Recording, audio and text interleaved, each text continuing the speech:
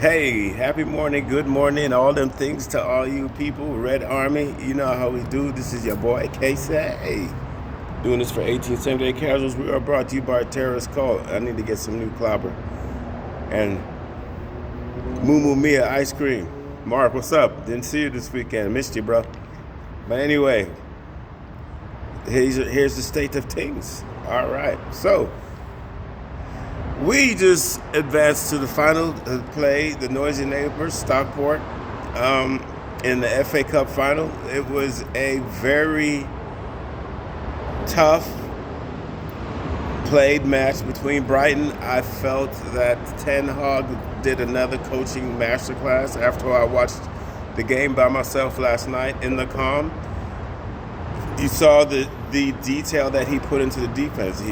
He actually went against his system of being attacking based, be on the front foot, being progressive.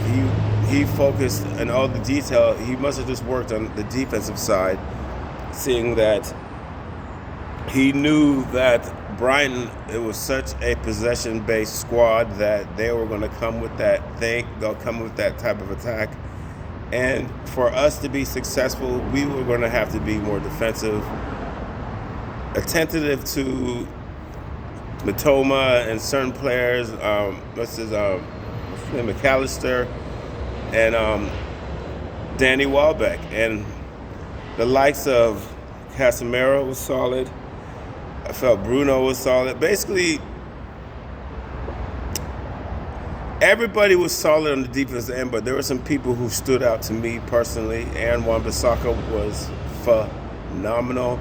I put some numbers from his season and his career and the game on our 1878 Casuals Facebook page, our group page, and you can see that his numbers are, wow, some of the best in the world, career-wise, season-wise, that game-wise. He has just been stellar. He is somebody who has definitely changed opinions under Ten Hag's coaching, but we'll get back to that. I felt like Victor Lindelof, the Iceman, was exceptional. He did a great job in a role with. He just looked so much better with Luke Shaw. It's just funny. Luke Shaw was also solid. He deserves a salute himself too, because the man played a position where he's not accustomed to, allegedly, but he looks like he could be one of England's best center backs to me. That's just me talking. But what do I know? I'm just a yardie living in America, in Los Angeles. When I don't think too much, you know what I'm saying? But it's all good. I ain't tripping. I just know what I see. So those three players, Shaw, and Wan-Bissaka, Victor, were all stellar. Thought Delot was well. Delot. The only negative I have for the game is we were so defensive heavy that I think the attack got lost. But hindsight 2020, you can only do what you can do. But the boss really prepared the guys defensive wise, and I have to shout him out for that. As we know, we went down to penalty to PKs. We won 7-6. I felt that everybody who took a PK, and even including Bryant, they were all quality PKs. Just for the last one where March missed, and it looked like that David De Gea went to the right side anyway. So I don't know. He missed it, but I think it was going to get blocked. But all in all, it was an exciting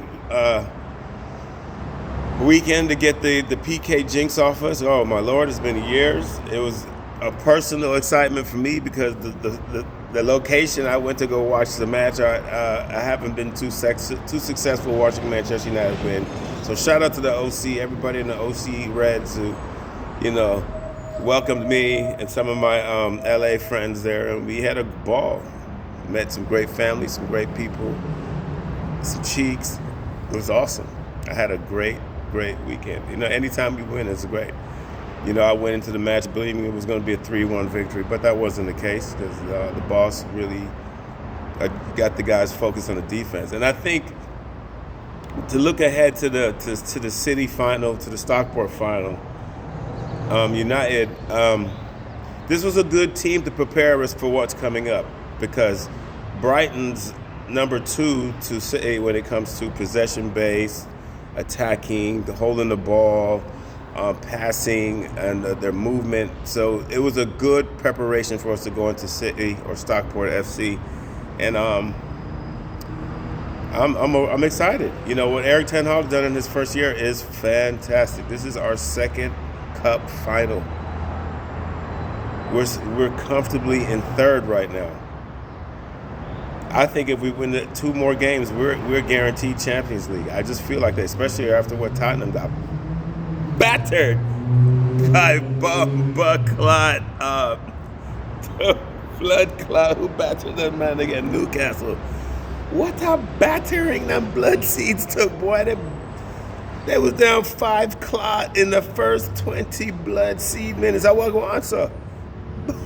But clot, oh no, mash up. Listen, I'm not here to speak on Harry Kane. He don't play for my team, but we gonna see what he is made of. You know what I'm saying? We gonna see what he's made of, because in the off season he gonna have opportunities to do things, and if he want to sit back down, he's a loser. He don't want to win. You can be the greatest player. You already are the greatest player in Tottenham Spur history. What difference does it make? What's I got you? Go. You've done a service. I'm not giving him my no excuse, because he might see this and come for the wrong reasons. Me personally, I haven't gotten into the transfer stuff yet. I haven't touched none of that yet. Excuse my voice. You know, the weekend was turned up. If you see my vlog, you see the thing. I haven't got into the transfer business yet, because I'm still trying to wonder who going to own the right to check and all that, because there's going to be a difference between a Glazer budget and a Qatari budget or a Sir Jim budget. So we all just got to recognize that. So everybody's gassed up, and the media seems to want to push Harry Kane on into a better thing. But now we're hearing that Poch might go to Chelsea, so he might be a Chelsea. That might be the move for him, because he's going to stay in London anyway, and Ray on them type things. So if that's the thing, boo. But the thing is, he's got opportunities to do better and add some type of silverware to his locker, or to his trophy case. But we'll see. But all in all, it's a good week. It's a good weekend. I mean, everything was crisp. Now we have to play Tottenham Thursday. I hope we listen. It's not even about battering them, though. It's just get 3 points and move on, because the more points we get and push them away from them, it's going to be harder for for us to lose the Champions League team. So that's where I'm at right now. So Thursday we play Tottenham noon. Excited for that. You know, we're getting healthier. I thought our attacking was poor this game, but defense held. And Wan-Bissaka, Victor Lindelof, I believe, was man of the match. You know, I think there's even rumor that Anwar Bissaka's they might want to give him a new contract. And I think so. What do we need right backs for? Between Delo and Anwar Bissaka, I think we're solid.